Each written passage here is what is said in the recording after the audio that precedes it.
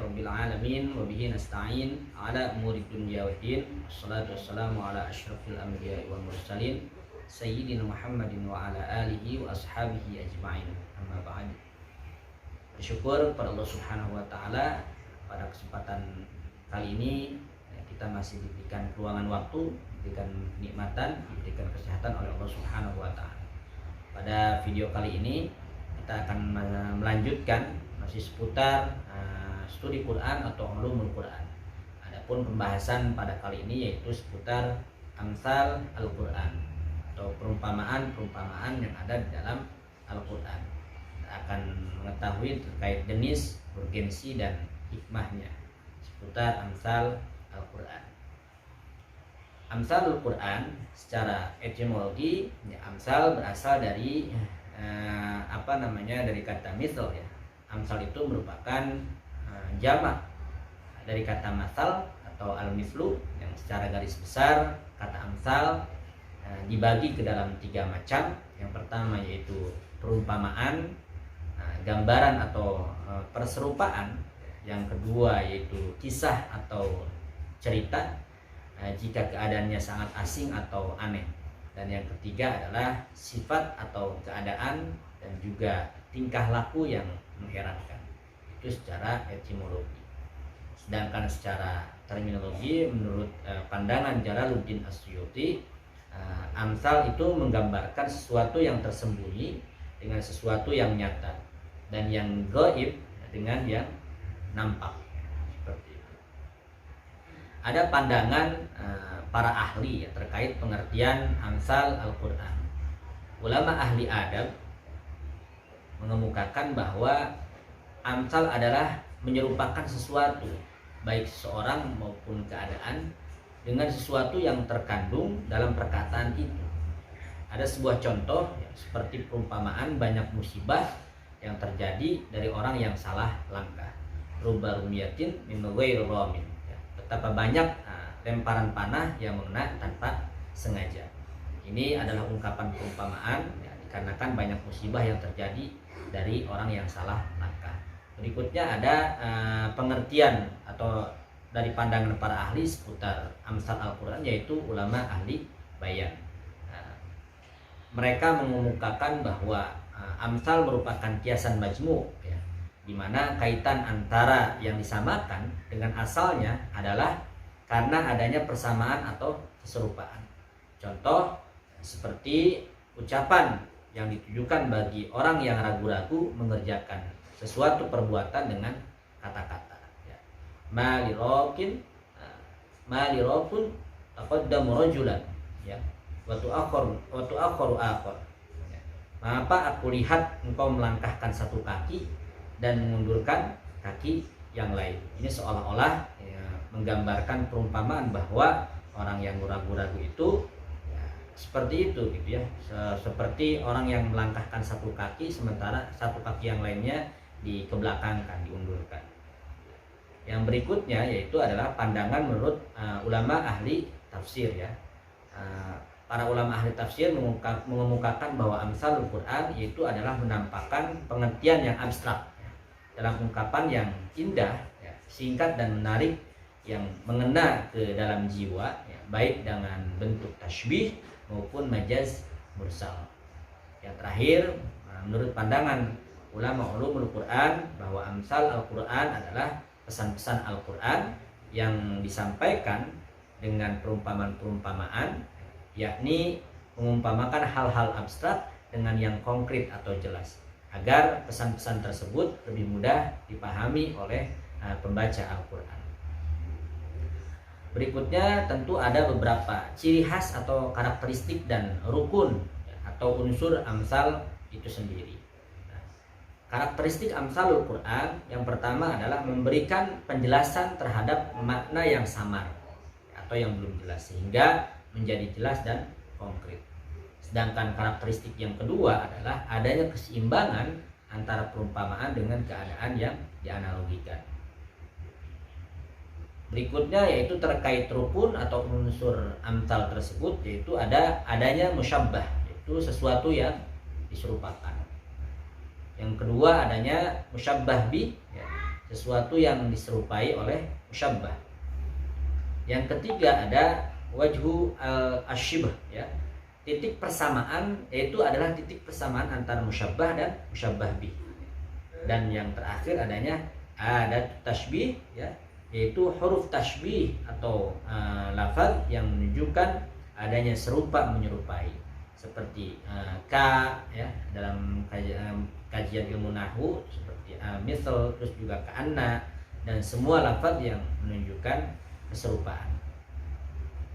Berikutnya hadirin yang dirahmati Allah, ada beberapa jenis atau macam-macam amsal dalam Al-Qur'an. Yang pertama adalah amsal musarrohah, ya, musarrohah, yaitu amsal yang sharih atau jelas dengan menggunakan kata-kata perumpamaan atau masal atau kata yang menunjukkan penyerupaan. Dalam hal ini adalah tasbih, seperti difirmankan dalam Allah pada surat Al-Baqarah ayat 17 sampai 20.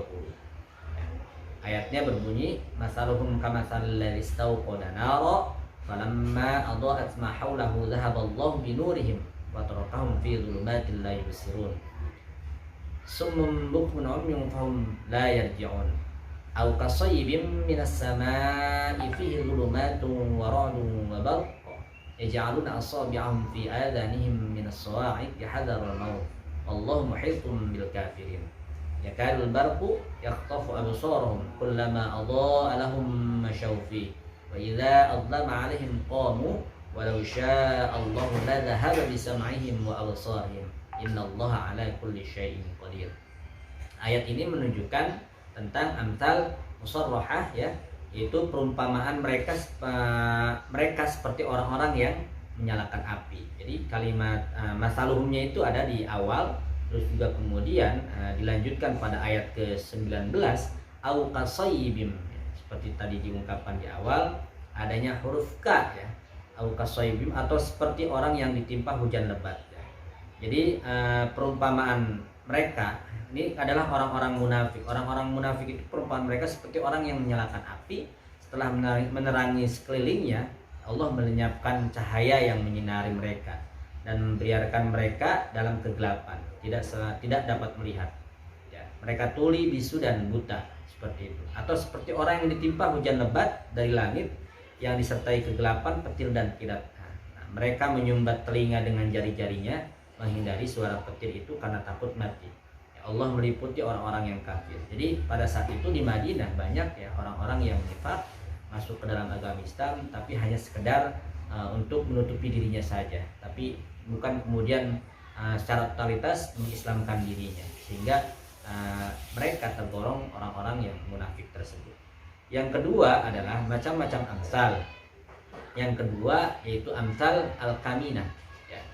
Jadi amsal al-kaminah ini adalah perumpamaan yang di dalamnya tidak disebutkan dengan jelas kata tamtsil atau pemisalannya, tetapi amsal al-kaminah ini ditunjukkan untuk makna-makna yang indah, menarik, ya, makna-makna yang menarik dalam kepadatan redaksinya. Jadi redaksinya padat, jelas, terus juga mempunyai pengaruh tersendiri bila dipindahkan kepada yang serupa dengannya. Contoh amsal kaminah dalam Al-Quran seperti ayat-ayat yang senada, ya, dengan perkataan khairul umuri awsatuha, ya, sebaik-baik urusan adalah pertengahannya. Ini banyak kita temui di beberapa ayat dalam Al-Quran, salah satunya di surat Al-Baqarah ayat 68, innaha baqaratul la faridu wa la bikru awanum baina dzalik. Baina ini kan ausat, ya, tengah-tengah gitu, ya. Artinya sapi betina itu adalah sapi betina tidak tua dan tidak muda, tetapi pertengahan antara itu. Ini adalah permisalan. Jadi berikutnya juga kita dapati tentang firman Allah yang berkaitan dengan nafkah pada surat Al-Furqan ayat 67, walladzina idza anfaqu lam yusrifu wa lam yaqturu wa kana baina dzalika qawama. Dan termasuk hamba-hamba Tuhan yang Maha Pengasih, orang-orang yang apabila menginfakkan hartanya mereka tidak berlebihan dan tidak pula kikir di antara keduanya, ya. Artinya wajar-wajar saja gitu, tidak berlebihan juga dan tidak kikir juga, tidak pelit juga, jadi sedang-sedang saja. Inilah yang dimaksud dengan khairul umur awsatuha. Yang terakhir adalah yang berkaitan dengan macam-macam atau jenis amsal Al-Quran, yaitu amsal mursalah. Amsal mursalah ini adalah kalimat-kalimat Al-Quran yang disebut secara lepas, bebas, tanpa ditegaskan redaksi penyerupaannya, ya. Tanpa ditegaskan redaksi penyerupaannya. Tetapi amsal ini dapat digunakan sebagai penyerupaan, seperti dalam firman Allah, ya, dalam surat Al-Mudaththir ayat ke-38, kullu nafsim bima kasabat rahina. Setiap orang bertanggung jawab atas apa yang telah dilakukannya. Hal ini menunjukkan bahwa apa yang kita dapatkan itu sesuai dengan apa yang kita kerjakan. Nah, ini dikuatkan dengan firman Allah dalam surat Al-Baqarah, itu wa asa an takrahu syai'an wa huwa khairul lakum. Boleh jadi kamu membenci sesuatu padahal ia amat baik bagimu. Terkadang kita pada satu kesempatan ya kita tidak menerima sesuatu atau katakanlah tidak membenci sesuatu, tapi pada kesempatan yang lain ternyata yang kita benci tersebut adalah baik bagi kita. Ini digambarkan dalam amsal mursalah. Nah, berikutnya Bapak Ibu yang dirahmati Allah adalah seputar manfaat, ya. Tentu adanya amsal Al-Quran memberikan manfaat untuk kita semua sebagai pembaca Al-Quran. Yang pertama adalah untuk mengungkapkan pengertian abstrak, pengertian abstrak dengan bentuk yang jelas, ya, yang dapat dirasakan oleh indera manusia, sehingga akal kita mudah menerimanya. Misalnya Allah membuat masal bagi keadaan orang yang menafkahkan hartanya, ya, ya, dengan ria, di mana ia tidak dapat atau tidak akan mendapatkan pahala sedikit pun dari perbuatannya. Jadi Allah menggambarkan ada orang-orang yang menginfakkan atau bersedekah itu karena ria. Nah, dengan karena ria tersebut tidak akan mendapatkan pahala. Ya, ini ditulis atau difirmankan oleh Allah dalam Al-Quran pada surat Al-Baqarah ayat 264. Ya, singkatnya, famasaluhu kamasali safwanin alaihi turabu fa asabahu wabilun fatarakahu solda la yaqdiruna ala syai'im mimma kasabu. Perumpamaan orang yang bernafkah atau bersedekah dengan ria tadi itu seperti perumpamaan seperti batu yang licin yang di atasnya ada debu, kemudian batu itu ditimpa hujan lebat, maka tinggallah batu itu licin lagi. Mereka itu tidak memperoleh sesuatu apapun dari apa yang mereka kerjakan. Itu manfaat yang pertama tentang amsal Al-Quran, yaitu mengungkapkan pengertian yang abstrak dengan bentuk konkret yang tentu dapat dirasakan oleh indera manusia. Yang kedua, yaitu manfaat yang kedua itu untuk menyingkap makna yang sebenarnya dan memperlihatkan hal yang gaib melalui paparan yang nyata. Ya, Allah juga membuat perumpamaan, ya, orang-orang yang memakan riba atau orang-orang yang melakukan riba itu lantaran karena mereka mengikuti hawa nafsunya, ya, semata, itu seolah-olah diserupakan dengan orang yang sepoyongan karena kesurupan setan. Ini difirmankan oleh Allah dalam surat Al-Baqarah ayat 275. Alladzina ya'kuluna riba la yaqumuna illa kama yaqumul ladzi yatakhabbathu syaitanu minal mas. Ya, jadi bahwa orang-orang yang memakan riba, ya, tidak dapat berdiri melainkan seperti berdirinya orang-orang yang kemasukan setan karena gila. Kita tahu bahwa luar biasa riba itu, ya. Kadang-kadang mengganggu pikiran kita, mengganggu waktu kita, waktu luang kita dan sebagainya. Ini kita dapati dari beberapa cerita, ya, mungkin orang yang bercerita tentang kita atau di banyak hal lain tentang informasi yang seputar riba tersebut, ya. Berikutnya yang ketiga adalah manfaat amsal Al-Quran, yaitu dapat mengungkapkan makna yang menarik lagi indah dalam ungkapan yang singkat dan padat, seperti pada amsal kaminah atau amsal mursalah dalam ayat-ayat yang di atas yang tadi sudah disebutkan. Yang keempat yaitu adanya manfaat amsal Al-Quran, yaitu membuat si pelaku amsal menjadi senang dan bersemangat. Ini kaitannya dengan giat beramal saleh, seperti perumpamaan orang-orang yang membelanjakan harta mereka di jalan Allah akan memperoleh keuntungan yang berlipat, ya. Ini ditulis, ya, difirmankan oleh Allah dalam Al-Quran surat Al-Baqarah ayat 261. Matsalul ladzina yunfiquna amwalahum fi sabilillahi kamatsali habbah ambatat sab'a sanabila fi kulli sumbulatin mi'atu habbah. Allahu yudha'ifu liman yasha wallahu wasi'un alim. Nah, orang-orang yang apa ayat ini merupakan amsal yang pelaku amsalnya itu menjadi senang karena beramal soleh gitu. Jadi diumpamakan oleh Allah dalam surat Al-Baqarah ini yaitu perumpamaan orang yang menafkahkan atau menyedekahkan hartanya ya di jalan Allah itu adalah serupa dengan sebutir benih yang menumbuhkan 7 butir. Pada tiap-tiap butir itu kemudian tumbuh lahir atau muncul 100 biji. Lalu kemudian Allah melipat gandakan pahala bagi siapa yang dikehendaki. Dan Allah maha luas karunia-Nya dan lagi maha mengetahui. Dan yang terakhir ya tentang manfaat amsal Al-Quran, yaitu untuk menghindarkan diri kita dari sifat yang tercela dan tidak terpuji. Sebagaimana firman Allah dalam surat Al-Hujurat ya ayat 12, ya ayyuhalladzina amanu ijtanibu katsiran minadh-dhanni inna ba'dadh-dhanni ithmun wa la tajassasu wa la yaghtab ba'dukum ba'dha ayuhibbu ahadukum an yakula lahma akhihi maitan fakarihtumu wattaqullaha innallaha tawwabur rahim. Ini luar biasa. Orang-orang yang sering menggunjing, menggibah, membicarakan aib saudaranya atau orang lain itu seolah-olah diumpamakan seperti kamu gitu ya, maksudnya apakah ada di antara kamu yang suka memakan daging saudaranya yang sudah mati, seolah-olah seperti kita memakan daging saudara kita sendiri. Dan tentu itu merupakan suatu hal yang jijik ya, seperti itu. Ini yang kemudian salah satu manfaat yang kenapa adanya amsal atau perumpamaan dalam Al-Quran, yaitu untuk menghindari sifat diri kita dari sifat-sifat tercela dan sifat terpuji.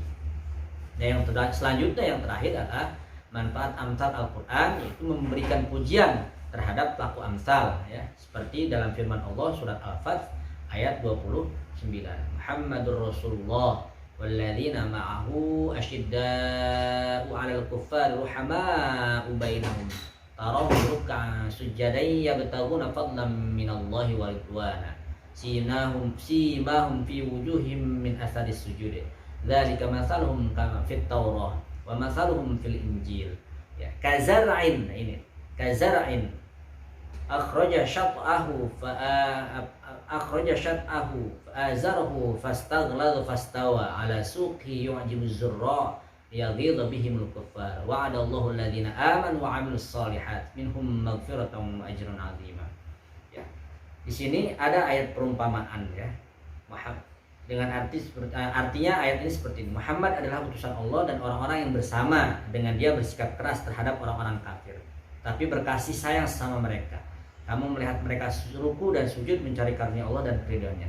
Pada wajah mereka tampak tanda-tanda bekas sujud. Demikianlah sifat-sifat yang mereka yang diungkapkan dalam Taurat dan sifat-sifat mereka yang diungkapkan dalam Injil. Nah, ya yang seperti itu diumpamakan seperti benih yang mengeluarkan tunasnya. Kemudian tunas itu semakin kuat, lalu menjadi besar dan tegak lurus di atas batangnya. Tanaman itu menyenangkan hati penanamnya karena Allah hendak menjengkelkan hati orang-orang kafir dengan kekuatan orang-orang mukmin. Allah menjanjikan kepada orang-orang yang beriman dan mengerjakan kebaikan di antara mereka ampunan dan pahala yang besar. Seperti itu. Nah, hadirin yang dirahmati Allah, inilah beberapa penjelasan atau macam yang seputar tadi macam-macam jenis-jenis amsal dan juga manfaat dari adanya amsal dalam Al-Quran. Semoga bermanfaat untuk kita semua dan tentu kita bisa mendapatkan wawasan lebih mendalam dari apa yang sedikit kami sampaikan. Bapak Ibu bisa mendapatkan pengetahuan lebih dalam atau menambah pengetahuan seputar amsal Al-Quran ini dari beberapa literatur atau bacaan-bacaan yang berkaitan dengan amsal Al-Quran dan juga seputar ulumul Quran. Kiranya itu yang bisa kami sampaikan. Mohon maaf apabila ada kesalahan. Yang benar datangnya dari Allah. Wallahu a'lam bishawab. Assalamualaikum.